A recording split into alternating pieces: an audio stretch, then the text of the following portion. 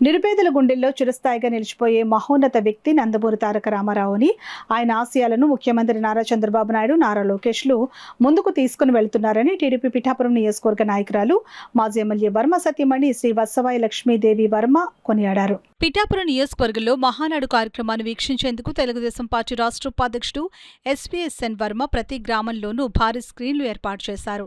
Telugu Desam party నాయకులు, కార్యకర్తలు, అభిమానులు ఈ స్క్రీన్లలో మహానాడు కార్యక్రమాన్ని వీక్షిస్తున్నారు. తెలుగుదేశం పార్టీ వ్యవస్థాపకుడు, మాజీ ముఖ్యమంత్రి నందమూరి తారక రామారావు జయంతిని పిఠాపురం నియోజకవర్గంలో పార్టీ శ్రేణులు వాడవాడలా ఘనంగా జరిపారు. పిఠాపురం మండలం చిత్రాడలో ఎన్టీఆర్ జయంతి కార్యక్రమాల్లో శ్రీ వత్సవాయి లక్ష్మీదేవి వర్మ పాల్గొని ఎన్టీఆర్ చిత్రపటానికి పూలమాలలు వేసి ఘనంగా నివాళులర్పించారు.